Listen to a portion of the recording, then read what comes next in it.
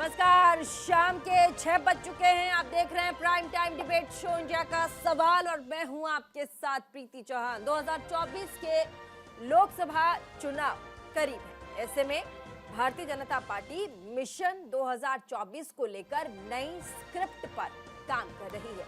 प्रधानमंत्री नरेंद्र मोदी भी लगातार नेताओं और कार्यकर्ताओं को जीत का मंत्र देते दिखाई दे रहे हैं। सिर्फ इतना ही नहीं, भारतीय जनता पार्टी अपने 2014 और 2019 के वोट शेयर पर भी जमकर मंथन कर रही है और जहां पर बीजेपी कमजोर है वहां पकड़ को मजबूत करने की रणनीति पर काम कर रही है। अभी हाल ही में प्रधानमंत्री नरेंद्र मोदी ने अपने आवास पर मुसलमानों और ईसाइयों को मेहमान बनाया था, तो वहीं आज वीर बाल दिवस के मौके पर सिखों के बीच जाकर उनसे मुलाकात की।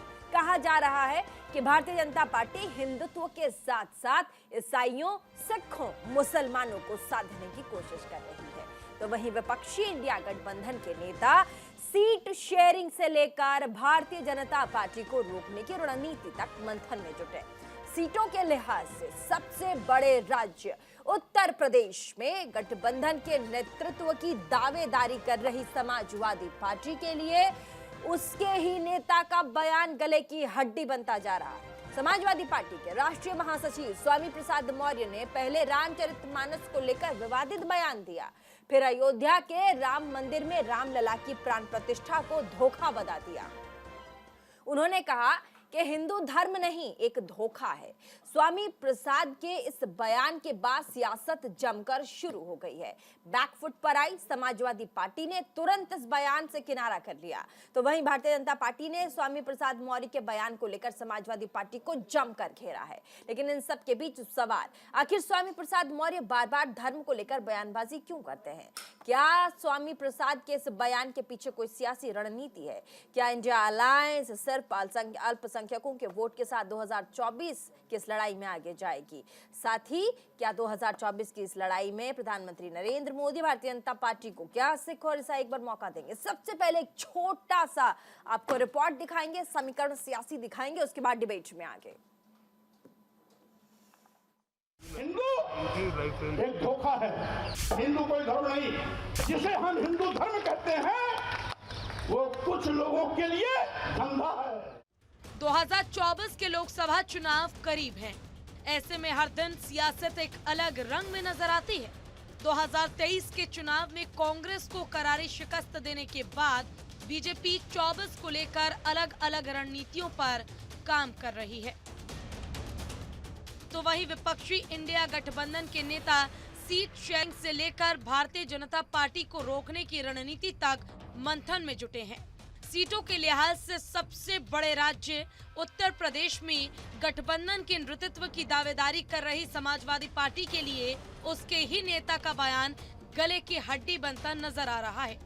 सपा के राष्ट्रीय महासचिव स्वामी प्रसाद मौर्य ने पहले रामचरितमानस को लेकर विवादित बयान दिया, फिर अयोध्या के राम मंदिर में रामलला की प्राण प्रतिष्ठा को धोखा बता दिया और अब उन्होंने कहा कि हिंदू धर्म नहीं, एक धोखा है। एक धोखा है। और वैसे भी 1995 माननीय सर्वोच्च न्यायालय ने अपने आदेश में कहा था हिंदू कोई धर्म नहीं, ये लोगों के जीवन जीने की एक शैली है।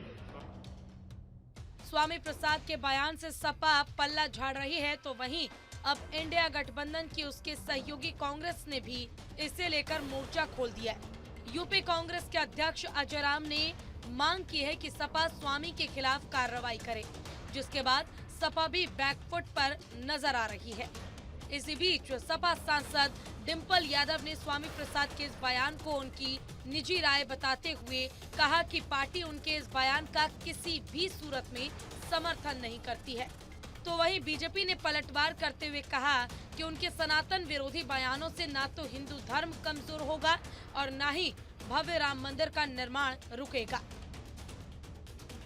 समझती हूँ कि जो कार्यक्रम हो रहा है अच्छा है, कार्यक्रम हो रहा है और राम जी का जो अस्तित्व है, जो राम जी क्या चाहते हैं, राम जी चाहते हैं कि हम सबके मन में राम बसे। जो उनका चरित्र है, जो उनका स्वभाव है, उन स्वभाव को हमको अपनाना है, उसको ग्रहण करना है और लगातार उसी पथ पे चलना है जिस पथ पे राम जी चले थे, जो सच्चाई का पथ है, जो ईमानदारी का पथ है, जो सबको मिलकर चलने का पथ है। तो मेरा मानना है कि सभी देशवासियों को राम जी को ग्रहण करने का समय 30 दिसंबर को देश के यशस्वी प्रधानमंत्री माननीय श्री नरेंद्र मोदी जी का अयोध्या में जो श्री राम इंटरनेशनल एयरपोर्ट है उसका उद्घाटन करेंगे। यहाँ का जो रेलवे स्टेशन है वो भी भव्य और दिव्य बना है, वह भी जनता को सौंपने का काम करेंगे। तो वहीं दूसरी तरफ बीजेपी मिशन 24 को लेकर नई स्क्रिप्ट पर काम कर रही है। प्रधानमंत्री नरेंद्र मोदी भी लगातार नेताओं और कार्यकर्ताओं को जीत का मंत्र दे रहे हैं। सिर्फ इतना ही नहीं, बीजेपी अपने 2014 और 2019 के वोट शेयर पर भी मंथन कर रही है और जहां बीजेपी कमजोर है, 24 में वहां पकड़ को मजबूत करने की रणनीति पर काम किया जा रहा है। अभी हाल ही में प्रधानमंत्री नरेंद्र मोदी ने अपने आवास पर मुसलमानों और ईसाइयों को मेहमान बनाया था, तो वहीं आज वीर बाल दिवस के मौके पर सिखों के बीच जाकर उनसे मुलाकात की। एक और बहुत बड़ी समस्या भी है जिस पर एक राष्ट्र के रूप में, एक समाज के रूप में हमें ध्यान देने की जरूरत है। ये समस्या है नशे और ड्रग्स की है। इस समस्या से हमें भारत की युवा शक्ति को बचाना है। इसके लिए सरकारों के साथ साथ परिवार और समाज की शक्ति को भी अपनी भूमिका का विस्तार करना होगा। मैं आज वीर बाल दिवस पर सभी धर्मगुरुओं और सभी सामाजिक संस्थानों से भी आग्रह करूंगा कि देश में ड्रग्स को लेकर एक बड़ा जन आंदोलन हो। एक समर्थ और सशक्त युवा शक्ति के निर्माण के लिए सबका प्रयास आवश्यक है। हिंदुत्व के एजेंडे पर काम करने वाली बीजेपी सिखों, ईसाइयों और मुसलमानों को भी साधने की कोशिश कर रही है। तो वहीं INDIA गठबंधन के लिए बयानवीर नई नई मुश्किलें खड़ी कर रहे हैं। अब हिंदुत्व पर दिए गए स्वामी के बयान के बाद सपा इस डैमेज कंट्रोल की भरपाई कैसे करेगी, ये तो आने वाले वक्त में ही पता चल सकेगा। न्यूज इंडिया के लिए नेहा भदौरिया की रिपोर्ट।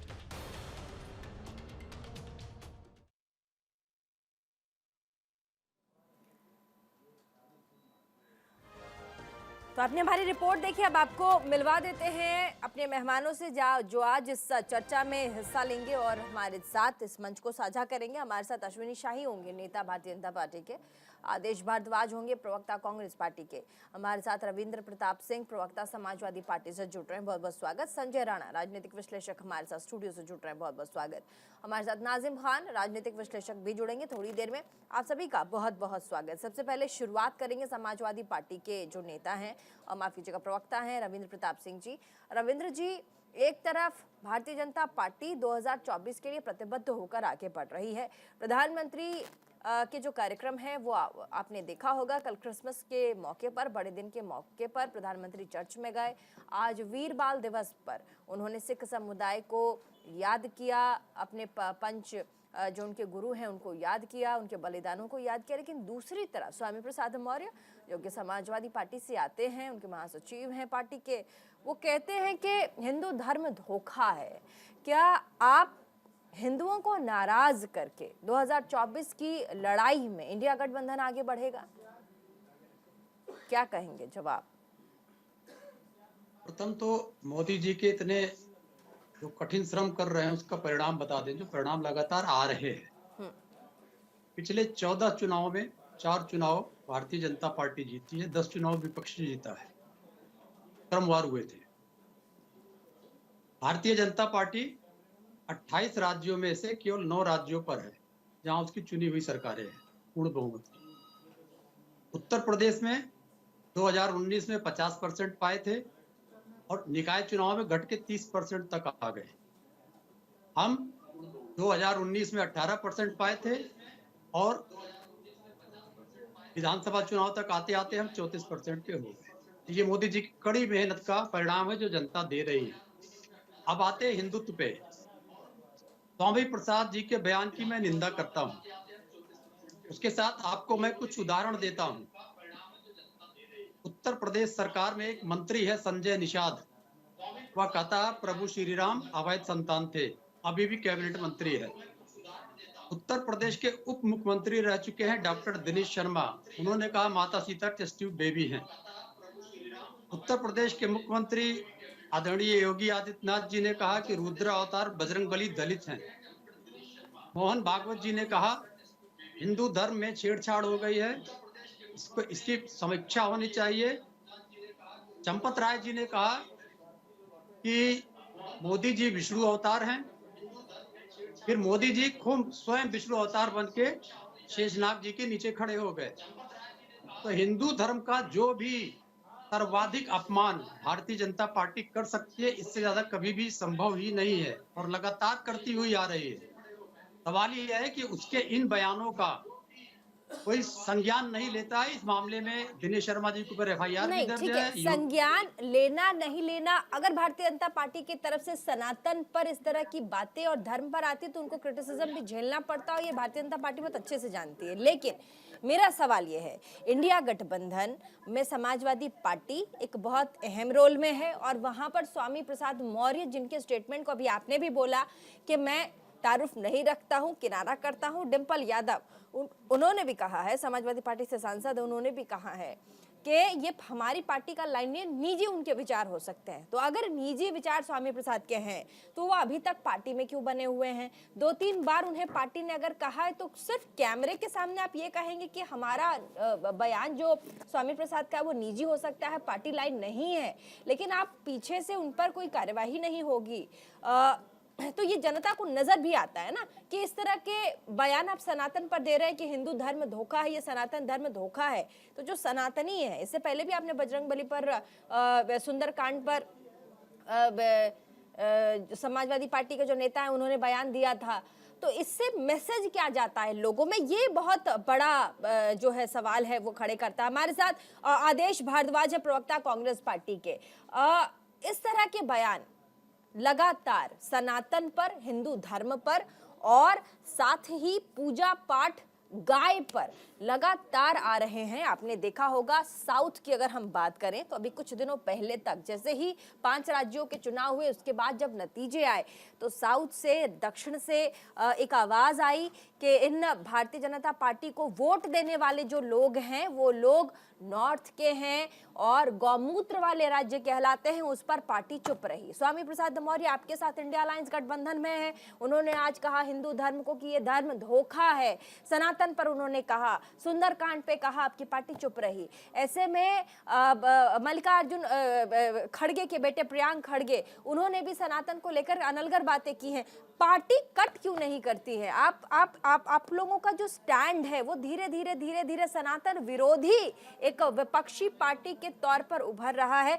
क्या इंडिया अलायंस ऐसा चाहेगी कि उनकी पार्टी की जो छवि है, जो उनके लोग हैं अलायंस में जिस तरह की बातें कर रहे हैं, उनकी वजह से एक छवि बने जिसमें आए कि ये सनातन या हिंदू विरोधी हैं? बताइए सर।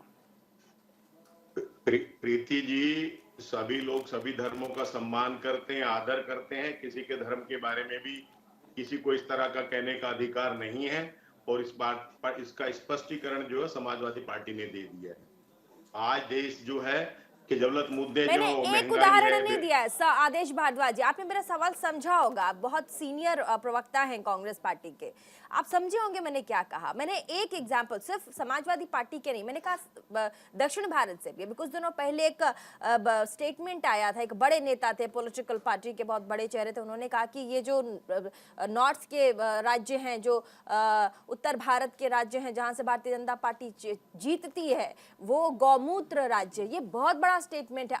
आप क्या सनातन और हिंदू विरोधी होके 2024 में आप वोट ले पाएंगे? ये जो स्टेटमेंट है इस पर पार्टी ने कोई कभी भी कुछ कहा नहीं है, विरोध नहीं किया है, खासकर कांग्रेस पार्टी जिसमें तमाम पार्टियां जुड़ी हुई हैं। बोलिए सर। नहीं, इस तरह की बातों का कोई समर्थन नहीं करता, सभी विरोध करते हैं। इस तरह से किसी भी धर्म के बारे में किसी को कोई कहने का अधिकार नहीं है जो है।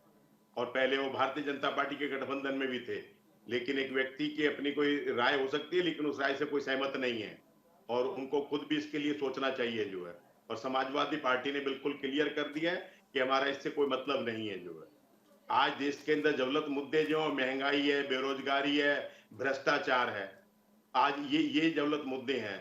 उन सब मुद्दों के लिए इंडिया गठबंधन बना है। जो लोग इस विचार से सहमत करते हैं कि देश महंगाई से जूझ रहा है, देश बेरोजगारी से जूझ रहा है, किसानों की आत्महत्याएं बढ़ गई हैं, नौजवानों की आत्महत्याएं बढ़ रही हैं और सरकार उसकी तरफ कोई ध्यान नहीं दे रही। भारतीय जनता पार्टी गलत नीतियों के कारण लोगों को परेशानियों का सामना करना पड़ रहा है। जो लोग इस विचार के हैं वो लोग इंडिया गठबंधन को समर्थन कर रहे हैं और सब लोग उसमें आके मिल रहे हैं। इंडिया गठबंधन सबसे शक्तिशाली दलों का गठबंधन है।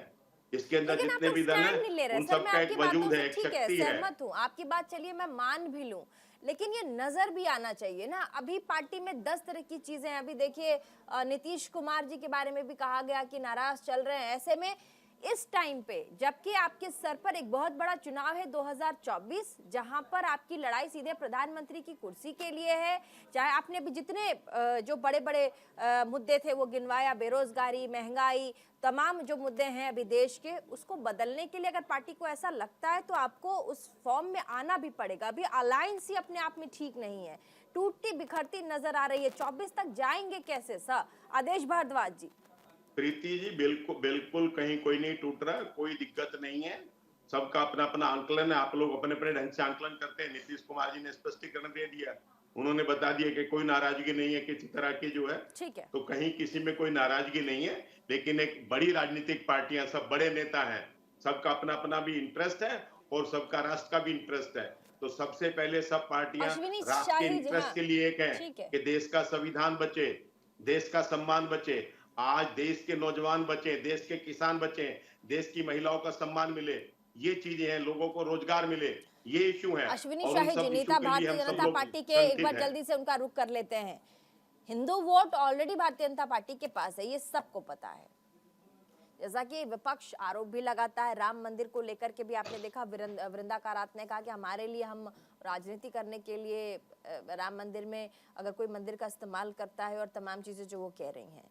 क्या इन वोटों के अलावा, हिंदू वोटों के अलावा, अब भारतीय जनता पार्टी सिख, मुस्लिम और साथ ही ईसाई वोटों को भी आकर्षित करने की कोशिश कर रही है, जो पोर्शन भारतीय जनता पार्टी का अभी तक वीकर सेक्शन नजर आता रहा है, कमजोर पार्ट नजर आता रहा है। ईसाई साउथ के लिए, दक्षिण भारत का आप लोगों को पता ही है कि वो हिस्सा भारतीय जनता पार्टी के लिए अभी भी कमजोर कड़ी है, और साथ ही मुस्लिम वर्ग, जहां पर लगातार कहा जाता है कि भारतीय जनता पार्टी के लिए अभी भी उनके अंदर रोष है, और सिख समुदाय ऑलरेडी पंजाब और तमाम जो पंजाब के आसपास के इलाके हैं आपके सामने है, वहां पर भारतीय जनता पार्टी की क्या स्थिति है? जल्दी से जवाब अश्विनी शाही जी।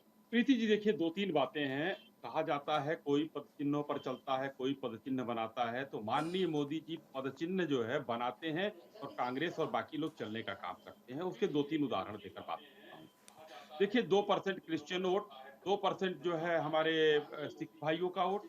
पंजाब में आपने कहा हमारी स्थिति देखिए नहीं खराब है, हम 2% वोटों की राजनीति नहीं करते हैं। हम 140 करोड़ भारतीयों में सबका साथ, सबका विकास और सबके विश्वास की बात करते हैं।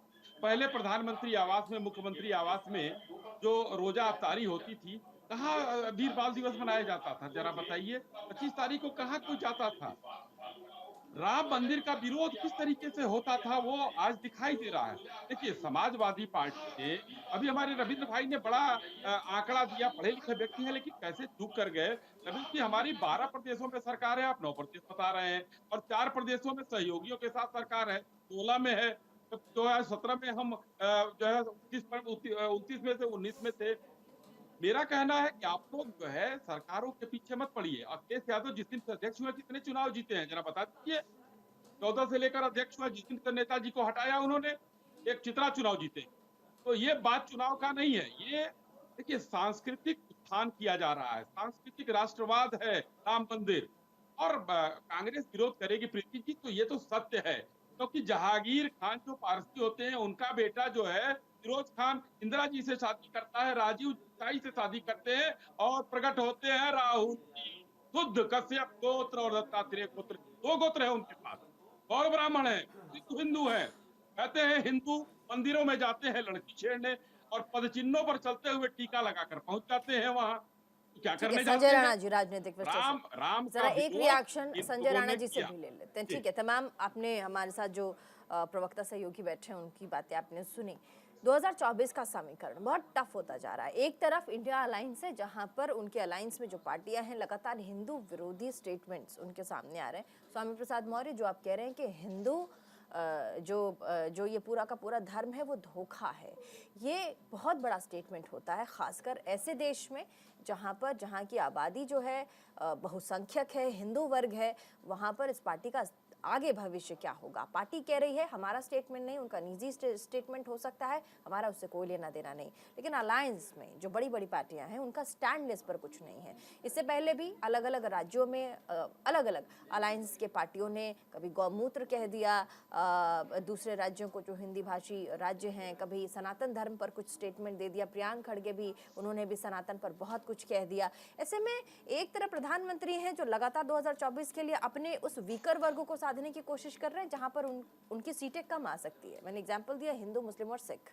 लेकिन इंडिया अलायंस 2024 में इस तरीके से क्या हिंदुओं को दुश्मन बनाकर आगे बढ़ेगी? प्रीति, गुड इवनिंग फैलो पर। देखिए, ऐसा है कि अधभरी गगरी छलकत जा वाली कहावत आपने सुनी होगी। जहाँ तक हम चर्चा कर रहे हैं स्वामी प्रसाद मौर्य के, स्वामी प्रसाद मौर्य का ज्ञान कितना है उनके वक्तव्य से समझ में आता है। अब आते हैं आपके मुख्य प्रश्न पे। आपने पूछा कि समाजवादी पार्टी हो या कोई अन्य पार्टी हो तो उसको क्या नुकसान हो सकता है, क्या नफा हो सकता है। देखिए, ऐसा होता है जिस पार्टी को यही नहीं पता है कि राजनीतिक समीकरण क्या होगा और उसकी नीतियां कैसे बनाई जाएंगी और उसकी नीति का रिजल्ट क्या होगा, वो आदमी समझ सकते हैं उस पार्टी का अस्तित्व क्या होने वाला है। देखिए, अभी आपने सुना होगा समाजवादी पार्टी पिछले 6 महीने से पीडीए करके हल्ला मचा रही थी। अभी एक नया शगुफा 2 दिन पहले इनको फिर आया है, ब्राह्मण सम्मेलन। तो अभी पीडीए बी बनेगा, फिर कुछ दिन बाद राजपूत सम्मेलन होगा, पीडीए आर बनेगा, फिर पीडीए जाट बनेगा। तो इसी तरह से कंफ्यूजन है। देखो, जिस तब जो नेता होता, ठीक है, जो मुलायम सिंह यादव साहब थे उनका एक नेतृत्व था और नेता थे, वो जमीन को समझते थे। अखिलेश यादव जी को यही नहीं समझ में आ रहा उनकी नीति क्या होगी, उनके एजेंडे क्या होंगे, प्रदेश की जनता को क्या लेके जाएंगे। जो आदमी खुद ही अपनी स्ट्रेटजी में कंफ्यूज्ड है वो क्या प्लानिंग बनाएगा और क्या दे सकता है। जहां तक दूसरी पार्टियों की बात करते हैं, देखिए आपको समझना होगा, हर ये जो छोटी पार्टियां क्षेत्रीय पार्टियां हैं, क्षेत्रीय पार्टी क्षेत्रीय राजनीति करना चाहती है, क्षेत्रीय वोट बैंक को सेटना चाहती हैं। तो कहीं ना कहीं जो डीएमके का ले लीजिए, चाहे दूसरी पार्टियों का ले लीजिए, जो उनका वक्तव्य है वो कहीं ना कहीं उन वोटरों को अट्रैक्ट करने का है जो वहां पे स्ट्रांग है। लेकिन जब हम नेशनल की बात करते हैं, जो प्रधानमंत्री का स्टेप, देखिए हम कहते हैं 2022 का चुनाव देख लें तो तकरीबन 41% बीजेपी को मिला था, 2-4% वोट बैंक 2017 से बढ़ गया। तो क्या होता है, आपके पास एक है और आपको 1+1 बना करके 2 बनाना होता है, लेकिन विपक्षों को नहीं पता है कि 1+2 होता है। समाजवादी पार्टी का, मैं सिर्फ 30 सेकंड में खत्म करूं, समाजवादी पार्टी का वोट बैंक उत्तर प्रदेश में खसक रहा, बताते कैसे। 9% यादव वोट हैं कि पिछले बार का आप चुनाव देखेंगे तो तकरीबन 3.5-4% लोग बीजेपी में चले गए थे। लेकिन ये समाजवादी पार्टी के लोग नहीं समझ पा रहे कि उस वोट बैंक को वापस कैसे लाया जाए, जो यादव मुख्य वोट है। जो मुस्लिम वोटर है पूरा एक तरफा वोट दिया करता था, उसमें से हमारी कांग्रेस ने लगा दी है और बीजेपी ने लगा दी है। तो कहीं ना कहीं इनको अपना समीकरण संभालना चाहिए। अपने पास जो था वो तो खो ही रहे हैं, दूसरा का जो वोट लाना था वो भी खोने के चक्कर में हुए। तो इनको राजनीति करनी है तो धर्म की नहीं, नीतियों की राजनीति करनी पड़ेगी। मुद्दा होना चाहिए देश का डेवलपमेंट, मुद्दा होना चाहिए विकास समाज का, मुद्दा होना चाहिए सामाजिक समीकरण का। मुद्दा ये नहीं होना चाहिए कि हिंदू धर्म क्या है और मुसलमान धर्म क्या है। तो ये दोनों पार्टियां, नाजिम खान भी हमारे साथ जुड़ गए। ब्रेक के बाद उनके बाद चलेंगे, छोटे से ब्रेक के लिए रुकना पड़ेगा। क्या 2024 के लिए अब इंडिया अलायंस भी धर्म का सहारा लेगी? लगातार धर्म पर जिस तरीके से बयान, और खासकर राम मंदिर के उद्घाटन के समय में लगातार धर्म को लेकर, राम मंदिर को लेकर के भी जिस तरीके से बयान आया, उससे अब यही लग रहा है कि विपक्षी पार्टी अब पोलराइज करने की वोट कोशिश कर रही है। जवाब लेंगे ब्रेक के बाद, छोटे से ब्रेक के लिए रुक रहे, कहीं मत जाइएगा, देखते रहिए इंडिया का सवाल।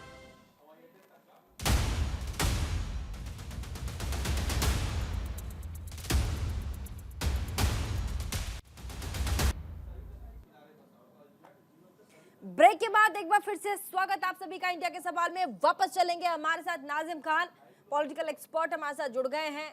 थोड़ा लेट आए नाजिम खान जी, क्या 2024 का चुनाव धर्म की ओर धीरे धीरे खिसक रहा है? इंडिया अलायंस भी धार्मिक कमेंट्स करने लग गया है। समाजवादी पार्टी के नेता कहते हैं, स्वामी प्रसाद मौर्य, कि हिंदू धर्म एक धोखा है। क्या कहेंगे नाजिम खान जी? आपको आवाज आ रही है मेरी? नहीं आ रही आवाज? ठीक है, आदेश भारद्वाज जी, आप कुछ कहेंगे? कांग्रेस पार्टी के नेता। प्रीति जी, धर्म का अपमान हम नहीं करते। धर्म का अपमान और भगवानों का अपमान भारतीय जनता पार्टी करती है। जब राम मंदिर का उद्घाटन का समय था तो प्रधानमंत्री जी का चित्र बहुत बड़ा था और भगवान श्री राम को बहुत छोटा सा दिखाया गया था। आप वो चित्र कहें तो मैं आपको दिखा दूं। अभी विष्णु भगवान जी के जगह पे खड़े होके प्रधानमंत्री जी शेषनाग के नीचे अपना फोटो खिंचवाते हैं जहां विष्णु भगवान की जगह होती है। ये भगवानों का अनादर करते हैं। ये भगवानों का अनादर करते हैं। ये सिर्फ लोगों को बांटने का काम करते हैं। लोगों के अंदर मतभेद पैदा करते हैं। ये इनकी राजनीति रही है। ये राजनीतिक दलों को कमजोर करते हैं। अपने साथ के दलों को भी कहीं ना कहीं तोड़ने का काम करते हैं। ये चाचा भतीजा को अलग करते हैं। ये भारतीय जनता पार्टी का चरित्र है। ये चरित्र देश के लोगों ने देख लिया है। आज ये अच्छे दिन की बात नहीं करते। आज महंगाई की बात नहीं करते। आज रुपया डायलिसिस पे है उसकी बात नहीं करते। जब डॉलर 57 रुपए पे था तो उसको डायलिसिस पे बताते थे। आज रुपया डॉलर जो है वो 100 को टच करने जा रहा है, 90 से ऊपर है, लेकिन डायलिसिस की बात नहीं करते। आज देश पे कर्जा 55 लाख करोड़ रुपए जो पिछले 65 सालों में था, इन 9 सालों में बढ़ा के 205 लाख करोड़ रुपए से ज्यादा कर दिया, उसकी बात नहीं करते। जो देश को बेचने की बात, देश को बचने की बात करते थे, आज देश को धड़ाधड़ सेल पे लगा दिया, बेचने की बात कर रहे हैं। ये भारतीय जनता पार्टी है। धर्म के नाम पे, सेना के नाम पे अगर इस देश में किसी ने वोट मांगा और चुनाव की आचार संहिता का वायलेशन किया तो भारतीय जनता पार्टी के लोगों ने किया। आपने देखा कि पिछले चुनाव के अंदर किस तरह से पुलवामा के शहीदों के नाम पे प्रधानमंत्री जी ने वोट मांगा। मैं कह रही हूँ धर्म के नाम पर ही अगर पार्टी स्टैंड नहीं लेगी तो आपके वोट भी तो कट रहे हैं ना सर, अलायंस में ही। आप चुनाव तो अलायंस में लड़िएगा, लेकिन आपके एक एक स्टेटमेंट से मैं कह रही हूँ कि चलिए आपकी पार्टी नहीं, लेकिन अलायंस में आपके साथ है, बड़ी पार्टी है, खंडन भी नहीं कर रहे लोग। ये कह रहे हैं पार्टी के जो दूसरे सदस्य है डिम्पल यादव, वो कहती है हमारा स्टेटमेंट नहीं, उनका निजी बयान है। करना ही खंडन होता है प्रीति जी। खंडन ना, समर्थन ना करना ही खंडन होता है। कोई समर्थन नहीं कर रहा। बयान दिया था कोई धर्म मौर्य जी ने, तो उनको महासचिव बना दिया था लोगों ने। हर धर्म महासचिव बनाकर पदोन्नति की गई थी। ये समाजवादी पार्टी की सोची समझी साजिश है। और कांग्रेसी तो राम धर्मों का सम्मान करते हैं। राम जी के यज्ञ में बड़े मारीच और सुबाहु थे, वही ये लोग हैं। आज के समय में मारीच और सुबाहु यही लोग। महात्मा गुरुओं को द्वारा ये में सिखाया जाता है। नाजिम खान, आपको आवाज आ रही मेरी? चाहे राजनीतिक जीवन में, मैं सुन पा रहा हूँ। बोलिए, क्या अब 2024 की लड़ाई धर्म पर आएगी?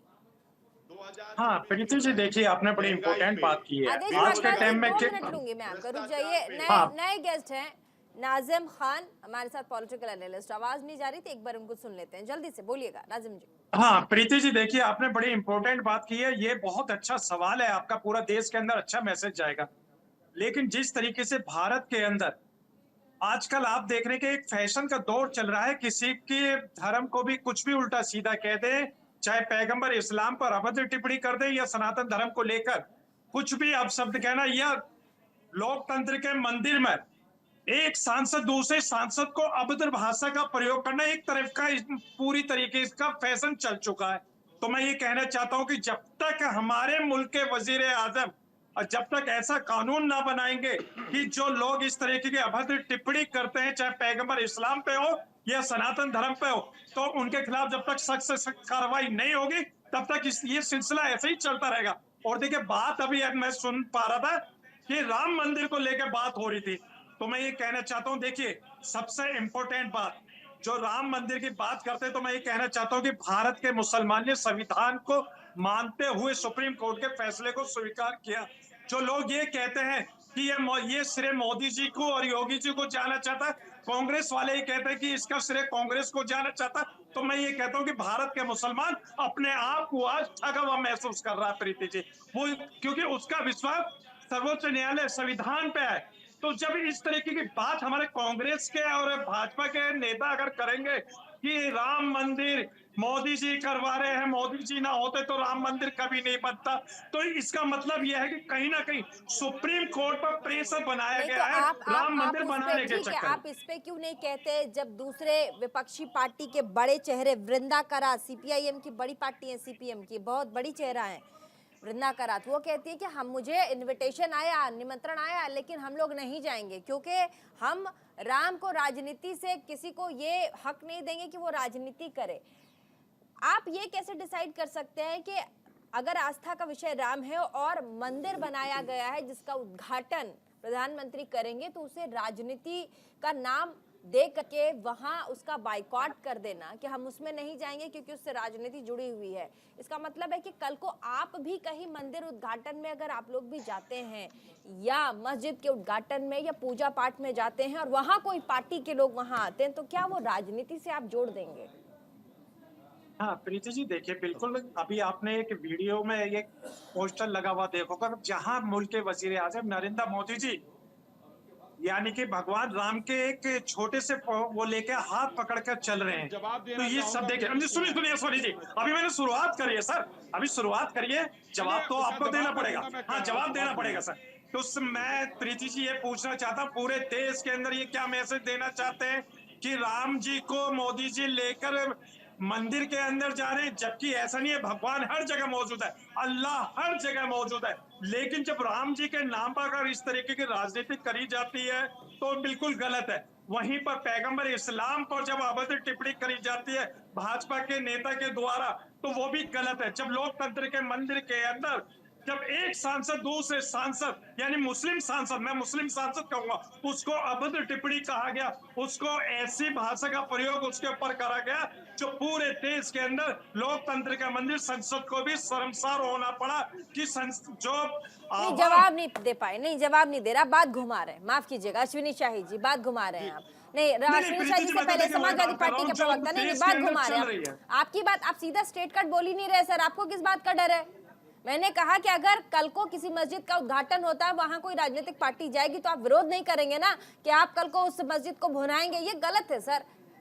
नहीं सुनिए प्रीति जी देखिए, अब आपने मस्जिद का नाम लिया है, समाजवादी पार्टी के प्रवक्ता रविंद्र प्रताप सिंह जी नाजिम खान कह रहे हैं कि अगर कोई भी धर्म पर, अगर सनातन धर्म को कोई धोखा कहता है या उत्तर भारत के राज्यों को कोई गौमूत्र कहता है, तो कम से कम आप लोगों को कड़ी से कड़ी सजा देनी चाहिए, पार्टी से निकाला करना चाहिए, लेकिन आप लोग स्टैंड नहीं ले रहे हैं। पार्टी वाले को तो निकाल ही नहीं पा अगर स्टैंड समाजवादी पार्टी लेगी तो उससे पहले भारतीय जनता पार्टी को स्टैंड लेके, तो मतलब आप समर्थन कर रहे हैं फिर स्वामी प्रसाद मौर्य का? सुन लीजिए, संजय निषाद को बाहर करना चाहिए, दिनेश शर्मा को बाहर करना चाहिए, योगी आदित्यनाथ जी को बाहर करना चाहिए, चंपत राय जी को बाहर करना चाहिए, नरेंद्र मोदी जी को बाहर करना चाहिए, क्योंकि इन सभी ने हमारे आराध्यों को अपमानित किया है।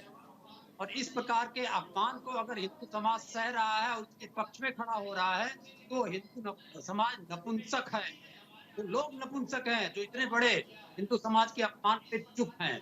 अब इनको भाई साहब पूछ रहे थे हमारे शाही जी कि आपने राज्य गड़बड़ बता दिया, सुन लीजिए राज्य का नाम, असम में है आप, कांग्रेस से, अरुणाचल प्रदेश में, मणिपुर में है, यूपी में, उत्तराखंड में, गुजरात में है। ये सुनाइए ना, आप कहाँ हैं, ये बताइए ना, आप कहाँ हैं?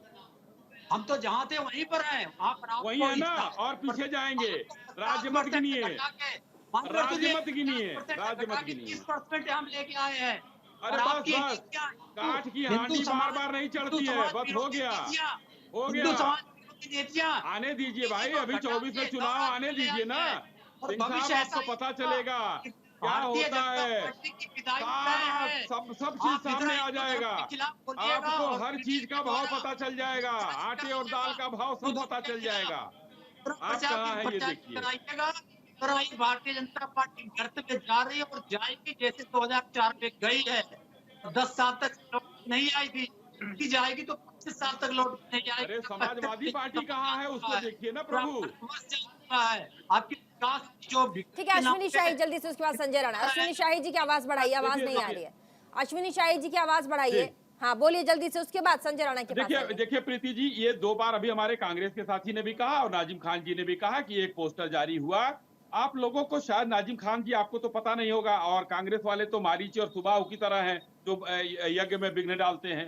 रामचंद्र जी का जन्म हुआ था अयोध्या में, वो बाल रूप में है, और उस पोस्टर में देखिए कि रामचंद्र जी माननीय मोदी जी को लेकर जा रहा है कि चलो एक तो आया, तो जिसके राज्य में मंदिर बना, हमारा एजेंडे में हमारे था, हमारे एजेंडे में था। ये क्या बात हुई? ये क्या बात हुई? सुनिए, ये बताइए ना, ये क्या बात हुई? ये बताइए कि कभी आपने बाल अवस्था का निकल लिया राम जी का, तो ये बताइए कि ये क्या आप मैसेज दे रहे हैं? गलत मैसेज दे रहे हैं, इस तरीके की बात आप कर रहे हैं। राम जी सबके हैं, पूरे भारत के सबके हैं, तो सबके हैं, तो ये बताइए कि मोदी जी का हाथ पकड़ कर लेकर जा रहे हैं कि एक तो है जो मंदिर बनवा रहे हैं, तो इसका मतलब है कि 140 करोड़ की आबादी में कोई भी नहीं चाहता कि मंदिर बने। एक साथ सारे लोग मत बोलिए, एक साथ बोलेंगे तो नहीं समझ में आएगा। आप लोगों के टाइम पे गलत मैसेज, अरे क्रॉस टॉक करेंगे तो नहीं समझ में आएगा। एक दूसरे को काटिए मत, मैं सबको पूरा मौका दे रही हूँ। संजय राणा जी जल्दी से, उसके बाद मैं आती हूँ समाजवादी पार्टी के प्रवक्ता देखिए प्रीति जी, कहा जाता है, कहावत है, जैसी संगति वैसी उसकी बुद्धि हो जाती है। तो संगति जैसी होगी वैसे ही आपके सोच और विचार होते हैं। इसलिए आपने देखा होगा पुराने जमाने में, देवताओं के जमाने में राक्षस देवता होते थे, राक्षस विघ्न फैलाते थे। उसी तरह अगर आप संजय निषाद जी की बात करते हो तो उनकी संगति जैसे लोगों के साथ थी वैसे उनकी बुद्धि हो गई थी। आज वो भारतीय जनता पार्टी के साथ है तो उनकी बुद्धि सुधर गई है और भगवान को भगवान मानने लगे, वो राक्षस नहीं मानते हैं। अब आते हैं दूसरे पक्ष में। देखिए प्रीति जी, जब भी कोई डिस्कशन होता है तो आदमी को आंकड़े के साथ भ्रम नहीं फैलाना चाहिए। हम अपने कांग्रेस के मित्र को सुन रहे थे, इनको तो यही नहीं पता है कि देश में कर्ज कितना है और किस देश पे कितना होना चाहिए। सुन लेते हैं ना, सुन लीजिए सर, सुन लीजिए, सुन लीजिए, ये तो घर जाएंगे अभी 2 मिनट में।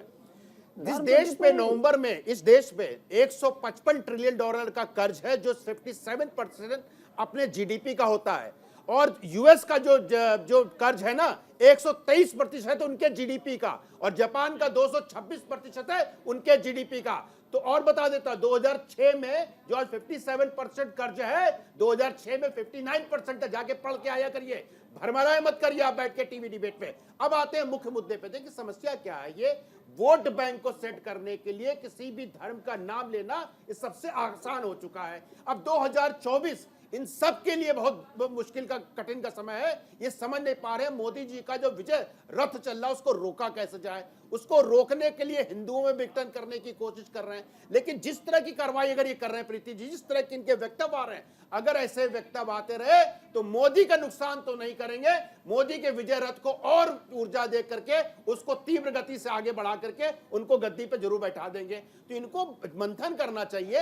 राजनीतिक व्यक्ति का कोई निजी बयान नहीं होता है, वो पब्लिक का एक सेवक है, और सेवक का कभी निजी बयान नहीं होता है। अगर समाजवादी पार्टी के नेता का इस तरह का बयान आया है तो अखिलेश यादव आके खंडन करना चाहिए। अगर खंडन नहीं करते हैं तो अखिलेश यादव का यह कहना हो सकता है कि अखिलेश यादव ऐसा चाहते हैं, उनकी विचारधारा भी ऐसी है, हिंदू विरोधी। इसीलिए मैं बोल रहा हूं बार बार कि अगर कोई भी नेता अगर एक धर्म का नाम लेकर उसके खिलाफ टिप्पणी करता है तो बड़ा नेता नहीं बोलता। समझ लीजिए कि कहीं ना कहीं गलबैया चल रही है अंदर और साजिश चल रही है। तो मुलायम सिंह हो चाहे अखिलेश यादव हो, इनके बारे में आप सबको पता कितने बड़े हिंदू साथी रहे हैं और कितने बड़े हिंदू विरोधी रहे। तो मुझे ज्यादा बोलने की जरूरत नहीं है, आप सबको पता है, आप सब ज्ञानी व्यक्ति हैं। प्रीति जी। आदेश भारद्वाज जी। राणा जी आज बांग्लादेश की पर कैपिटल इनकम भी हमारे से ज्यादा है। अब फिर आ गए 1990 में इंडिया का पर कैपिटा इनकम $347 था और चाइना का $320 था। तो इंसाफ सो रहे थे, राजीव गांधी सो गए थे क्या? अधिकार नहीं है। पर कैपिटा इनकम कैसे कैलकुलेट होता पता है आपको? पर कैपिटा इनकम कैसे कैलकुलेट होता पता है? पर कैपिटा इनकम इंडिया की कितनी है पता है आपको? बन जाए भारतीय जनता पार्टी के। नहीं, भारतीय जनता पार्टी नहीं, देश को बरगलाने का काम अगर कांग्रेस करेगी तो मैं आईना दिखाऊंगा। ये बताइए सबसे महंगा पेट्रोल इस समय हिमाचल में क्यों है, इसका जवाब आप नहीं दे पाएंगे। आप बताइए कुछ महीनों पहले तक राणा जी ये बताइए हिमाचल में कितना पेट्रोल तो वहाँ क्यों था, बताइए आपने हिमाचल क्यों में नहीं कितना बनाया, पेट्रोल करे, बताइए क्यों नहीं बनाया बेरोजगार। नहीं ये बता दीजिए पेट्रोल का अच्छा एक बार आदेश जी बोल लें, आदेश जी बोल लें। राणा जी अहंकार से बाहर निकल जाएं। अहंकार नहीं, आईना दिखा रहे हैं आपको, छूट का, आदेश छूटे लोगों को आईना दिखाना हमारा कर्तव्य है। आदेश और मैं भारद्वाज करता एक बार रहूंगा। बोल लें। मन की बात करते हैं, लोगों के जन की बात नहीं करते, अपने मन की बात करते हैं, इसीलिए आपको आईना नहीं दिखता। नहीं, मैं चाइना की बात करूं, इटली की बात करूं, नहीं है, किसी को लंदन पार्लियामेंट की में बात बोलने नहीं करूं। देना चाहते। अरे देश के नागरिक हैं, देश की बात करेंगे, देश की मन की बात करेंगे। सुरक्षित इमारत को भी आप सुरक्षित ये बताइए, बड़ा प्रश्न पूछ रहा अच्छा, हूं, अनएम्प्लॉयमेंट रेट कितना है अच्छा एक देश सेकंड, में? आदेश भारद्वाज जी आपने कहा कि बांग्लादेश में पर संसदों को आपने कहा कि पर कैपिटा इनकम बांग्लादेश का ज्यादा है। आदेश भारद्वाज जी आपने कहा बांग्लादेश पर कैपिटा इनकम में हमसे कहीं ज्यादा है। बांग्लादेश एक छोटे से छोटे चीज के लिए हमारे देश पर निर्भर है, आपको ये भी पता होना चाहिए। बांग्लादेश में मैं पश्चिम बंगाल से आती हूँ और मुझे पता है कि बांग्लादेश में क्या चलता है। प्रीति जी, सर वहाँ चीनी जो हम चाय पीते हैं हमारे लिए बहुत इजी टू परचेज है, मतलब हम जहाँ रहते हैं हमारे देश में, इंडिया में, वहाँ पर चीनी तक के लिए वो बॉर्डर क्रॉस करते हैं जिसका नाम मालदा है। वो क्रॉस करके जो हमारे सैनिक हैं उनसे गिड़गिड़ाते हैं कि हमें जाने दीजिए, थोड़ा सा बस चीनी लेके वापस आएंगे, चावल लेके वापस आएंगे या आटा खरीद के उस सामने वाले दुकान से वापस आएंगे। वहाँ की स्थिति ऐसी है। उन्हें दिल्ली आना होता है तो जो बांग्लादेशी प्रॉपर जिनके पास पासपोर्ट और तमाम पेपर्स हैं वो पहले कैलकाटा के स्टेशन पे आते हैं, नॉर्मल रेलवे स्टेशन पे आते हैं, फिर दिल्ली तक आते हैं। शियालदा टू न्यू दिल्ली जो राजधानी एक्सप्रेस है सर, उसमें कभी ट्रैवल कीजिएगा आपको बांग्लादेशी ही मिलेंगे उसमें, और आपको पता चलेगा कि बांग्लादेश कितना आगे और पीछे हमारे देश से। जो जिस बात पे हमारे देश को गर्व करना चाहिए उस पे तो सर मैं आपको बोलूंगी ना, वहां पे तो टोकूंगी कि ये गलत है। प्रीति जी जब बॉर्डर पे चर्चा करेंगे तो ये भी चर्चा कर लेंगे, भूटान की भी चर्चा कर लेंगे, म्यांमार की भी चर्चा कर लेंगे। आज चर्चा का विषय जो आपने रखा है, सीट शेयरिंग बता दीजिए सर, छोड़िए। अच्छा ठीक है, सीट शेयरिंग कितना है बॉर्डर का, पर कैपिटा इनकम बांग्लादेश का कितना है नहीं पता होगा, आंखें दिखा रहा है हर पड़ोसी देश अरे मान्यवर पर कैपिटा इनकम बांग्लादेश की कितना है ये बता दे रहा। पाकिस्तान का व्यक्ति लोग पाकिस्तान पे चले जाएंगे, स्विट्जरलैंड चले जाएंगे, जर्मनी चले जाएंगे, अगले झाँकने लगेंगे, बगले झाँकने लगेंगे। कांग्रेसियों के साथ समस्या है, आंकड़े में जीरो, ज्ञान में शून्य, लेकिन बोलना सब है। जो देश को गुमराह कर रहे हैं। ये बताइए पर कैपिटा इनकम में प्रश्न पूछ रहा बांग्लादेश का कितना है मान्यवर, बिना गूगल देखे बताइए। राणा जी यूनेस्को का नहीं बताइए ना, यूनेस्को का फुल फॉर्म पता है नहीं पता, हार गया पाकिस्तान, यूनेस्को क्या करता है भी नहीं पता है। यहाँ पे पाकिस्तान जीत गया, भारत हार गया। लो पाकिस्तान, अरे पाकिस्तान में भुखमरी है, 400 रुपए का ना वहाँ पे आटा बिक रहा मान्यवर, पेट्रोल 300 रुपए लीटर है मान्यवर। उनके पास कर्ज लेने के लिए $9 मिलियन का कर्ज लेने के लिए लोगों के सामने गिड़गिड़ा रहे थे। भाई जो IMF है इसके अंदर। अच्छा एक सेकंड रुक जाइए ना, रुक जाइए एक सेकंड प्लीज, अनर्गल बातें जो टॉपिक है उस पर बात कीजिए ना प्लीज, टॉपिक पे। अच्छा टॉपिक पे रविंद्र प्रताप सिंह जी, रुक जाइए। समाजवादी पार्टी मत चिल्लाइए, मत चिल्लाइए, छोड़ दीजिए। सीट शेयरिंग पर पार्टी में 2024 की अगर हम बात करें रविंद्र जी, सीट शेयरिंग में क्या अभी भी पार्टी के अंदर तालमेल बिठ पा रहा है, आपसी बातचीत चल रही है सीट शेयरिंग पे? इस पे मैं उत्तर दूसरी बार में दूंगा। पहला एक बता दूं, जो भारतीय जनता पार्टी का लबादा ओढ़ के राजनीतिक विश्लेषक महोदय बैठे हुए हैं, उन्होंने कहा कि अखिलेश जी ने क्यों नहीं निकाला।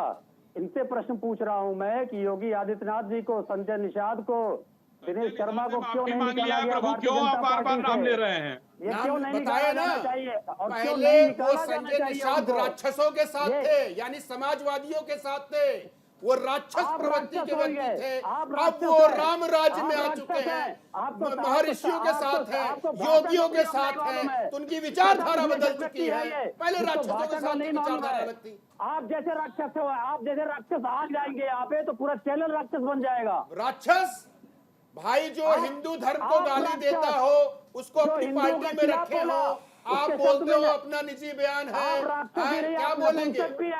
आपने आपकी पार्टी ने यादव को छोड़ करके किसी भी जात का उद्धार किया नहीं किया। कितने हरिजनों को उन्होंने आगे बनाया, किसी को नहीं बढ़ाया। कितने मुसलमानों को आगे बढ़ाया, किसी को नहीं बढ़ाया, सिर्फ अपने परिवार को आगे बढ़ाया। ये समाजवादी का चेहरा है मान्यवर। ठीक है, फाइनल कमेंट की तरफ जाना पड़ेगा। फाइनल कमेंट ले लेते हैं, होता रहेगा। Final comment. नपुंसक भरे पड़े हैं देश में जो हिंदू का लबादा उड़ नहीं, पर्सनल कमेंट, एक सेकंड रुक जाइए। नहीं, पर्सनल कमेंट मत बोलिए प्लीज।